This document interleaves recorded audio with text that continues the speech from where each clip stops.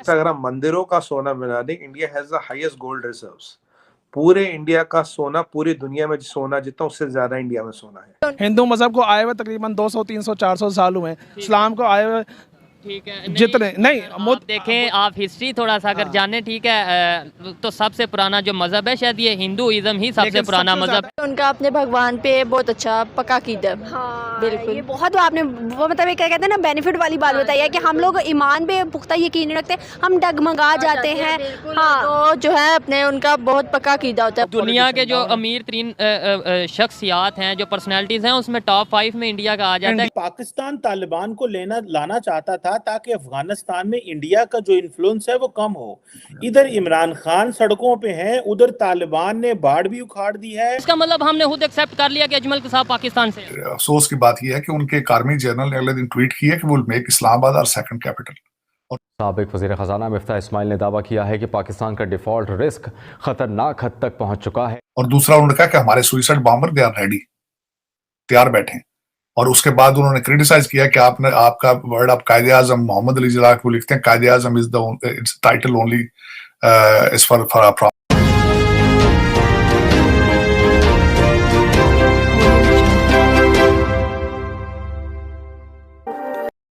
India इस वक्त उनके फॉरेन रिजर्व्स देखे 600 अरब डॉलर उनके पड़े हुए हैं ज़र मुबादला के ज़खायर, और हुजूर आपके पास 8 अरब डॉलर हैं जो 6 हफ्तों के हैं। आपका उनका मुकाबला क्या है? 26/11/2008 को मुंबई में वाकया पेश आया, बहुत ही अफसोसनाक, बहुत ही इंसानों की जानें गई, ठीक है, लेकिन वहाँ से इंडिया वालों का ये स्टांस है कि वो इन्वॉल्व था पाकिस्तान। क्या कहना चाहेंगे इसके ऊपर?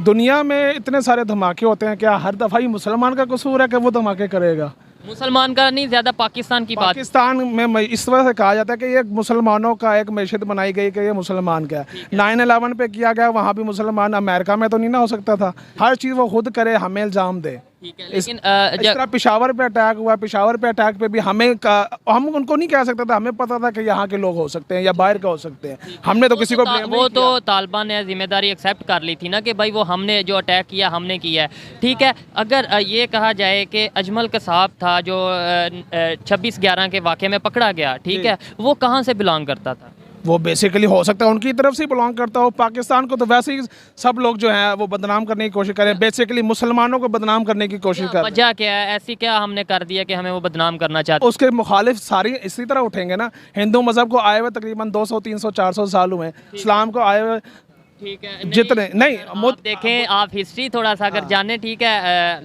तो सबसे पुराना जो मजहब है शायद ये हिंदुइज्म ही सबसे पुराना मजहब। ऐसे अगर आपने बात की इस्लाम को ख़राब करने की कोशिश की जा रही है, सऊदी अरब के ऊपर कभी कोई इल्ज़ाम बहुत कम लगे हैं कि जी सऊदी अरब इन्वॉल्व है। हमेशा अगर इल्ज़ाम लगता है मुसलमानों पर तो वो पाकिस्तान की तरफ से ही ज़्यादा लगता है या अफ़गानिस्तान के हवाले से लगता है। ये दो कंट्रीज़ ही क्यों इल्ज़ाम की ज़द में आते हैं?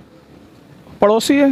लेकिन बहरहाल इंडियन उसको आज भी पाकिस्तान से जोड़ते हैं। फिर आप जानते हैं कि गुजरांवाला में FIR हुई, फिर नवाज शरीफ साहब ने भी एक इंटरव्यू वगैरह दिया, यानी यहाँ से भी कुछ ऐसी शहादतें दी गई, कुछ ऐसी बातें की। जी वो अजमल कसाब वाला शो हुआ सारा पूरा। आपके मीडिया पर्सन है, हम नाम तो नहीं ले सकते, लेकिन उन्होंने बोला उनके इलाके में जाके इंटरव्यू किया, जी ये इसी इलाके के, तो इसका मतलब हमने खुद एक्सेप्ट कर लिया कि अजमल कसाब पाकिस्तान से। मेरे ख्याल से हम डिफेंसिव हुए, हमें होना नहीं चाहिए। देखें हमारे यहाँ बहुत सारी चीज़ें ऐसी होती हैं जो वहाँ से ऑपरेट होती हैं, हमारे पास एविडेंस होता है, हम इस्टेब्लिश नहीं कर पाते, लेकिन उनका मीडिया लाइन लेके चलता है, उनका पॉलिटिशियन लाइन लेके चलता है। मुझे नहीं समझ आती कि हमारी उस वक्त की लीडरशिप, यानी ठीक है हमें इंडिया से अच्छे ताल्लुकात होने चाहिए, मैं इसके हक में हूँ, हमें ट्रेड होनी चाहिए, हमसाए एक दूसरे से अच्छे रहने चाहिए, लेकिन बिच जाने की क्या ज़रूरत है भाई? बिच जाने की, लेकिन आपको नहीं लगता जहाँ पे हम झूठे होते हैं वहाँ पे मजबूरन बिचना पड़ता है? मसला झूठे या सच्चे का नहीं होता, मसला लीडरशिप का है। तो इंटरनेशनल ताकतों में ना ये चीज़ें नहीं होती, मफादात होते हैं। वहाँ हम यहाँ बैठ के जितने मर्जी हवाई कले बनाते रहे दुनिया में, हमारा इंडिया के असर रसूख में दुनिया में इजाफा हो रहा है, हम पीछे जा रहे हैं। उसके अंदर हमारी खामी है कि उनकी खामी? उसका ताल्लुक आपकी इकॉनमी से है, उसका ताल्लुक आपके मुआशी मसाइल और जो अंदरूनी अदम इस्तेकाम है उसके साथ है। आप लगे रहें, आप देखें आपकी इस पोजीशन क्या है, आपका मुल्क कहाँ पे खड़ा है, आप किस रिलेशन इंटरनेशनल लेवल पे क्या है। 3 अरब डॉलर का आपका मसला बना हुआ है। इंडिया इस वक्त उनके फॉरेन रिजर्व्स देखे 600 अरब डॉलर उनके पड़े हुए हैं ज़र मुबादला के ज़खायर, और हुजूर आपके पास 8 अरब डॉलर हैं जो 6 हफ्तों के हैं। आपका उनका मुकाबला क्या है? 93% इस टाइम हम दिवालिया होने के करीब हैं। ये मैं नहीं, ये हमारे, लेकिन ऐसा है कि नहीं इस टाइम 93? वो असल में वो क्रेडिट स्वैप हम उसको बोलते हैं, जो बॉन्ड्स के ऊपर होता है, उसकी रेशियो बहुत ज़्यादा है। जारी बात है आपको ये दिसंबर के पहले हफ्ते में 1 अरब डॉलर की अदायगी करनी है, तो आपके ख़जाने में पैसे नहीं पड़े हुए, मसला ये। तार साहब, डोमेस्टिकली तो हम जो फंसे हुए हैं वो फंसे ही हुए हैं, लेकिन आपको बताता चलूं कि पाकिस्तान ने अफगानिस्तान से कंप्लेन की है कि ये जो क्रॉस बॉर्डर अटैक्स हैं ये बंद किए जाएं। तारड़ साहब, पाकिस्तान तालिबान को लाना चाहता था ताकि अफगानिस्तान में इंडिया का जो इन्फ्लुएंस है वो कम हो। इधर इमरान खान सड़कों पे हैं, उधर तालिबान ने बाढ़ भी उखाड़ दी है और वो आपकी बात भी नहीं मान रहे और वो प्रेशर डालते हैं, आपको बॉर्डर भी खोलना पड़ता है, उन्होंने डॉलर भी आपका तबाह कर दिया है। तार साहब, पाकिस्तान के अंदर ये जो हम चाहते थे अफगानिस्तान में हो, वो तो एक साल में नहीं हो सका। तो जिस तरह डोमेस्टिक पॉलिटिक्स खराब हो गई है, आप नहीं समझते कि इस वक्त अफगान और मजे की बात यह है कि वो जो टीटीपी वाले हैं वो रैकेट बना के बैठे हुए हैं, सवात वगैरह में लोगों से एक्सटॉर्शन मनी ले रहे हैं। तो बड़ा थ्रेट तो इस वक्त हमारे लिए अफगानिस्तान नहीं है, क्योंकि लॉ एंड ऑर्डर सिचुएशन जो है वो खराब होने का अंदेशा है, क्योंकि टीटीपी अफगान तालिबान के कहने पे पाकिस्तान में इस वक्त गुंडागर्दी कर रही है और फौज भी खामोश है और लॉ एनफोर्समेंट भी। खबरें नहीं निकाल रहे चीमा साहब, बल्कि अफसोस की बात यह है कि उनके एक आर्मी जनरल ने अगले दिन ट्वीट किया कि वो मेक इस्लामाबाद और सेकंड कैपिटल, और दूसरा उन्होंने कहा कि हमारे suicide bomber they are ready, तैयार बैठे हैं। और उसके बाद उन्होंने क्रिटिसाइज किया कि आपने आपका वर्ड आप कायदे आजम मोहम्मद अली जिला को लिखते हैं, Quaid Azam is the it's title only is for profit.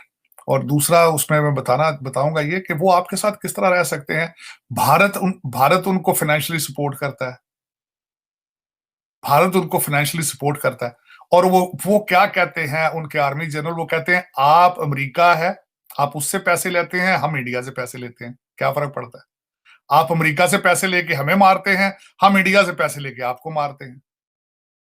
ये तो उनका अंडरस्टैंडिंग है। वो तो कहते हैं इस लीगल है, ये लीगल तो क्या कि वो कहते हैं कि हम आप भी नॉन बिलीवर से लेते हैं पैसे, आप हमें मारते हैं, हम नॉन बिलीवर से पैसे लेके आपको मारते हैं। ये कोई ढकी छुपी बात नहीं, वो ट्वीट कर रहे हैं अभी ये तो। लेकिन उसमें ये बताएं कि वो वहां पे प्रोजेक्ट करता है, अगले दिन उन्होंने गंदम भेजी है जो पाकिस्तान से। आप अफगानिस्तान को बेचकर पैसे कमाते हैं, वो उधर प्रोजेक्ट कर रहे हैं, वो गुडविल के लिए।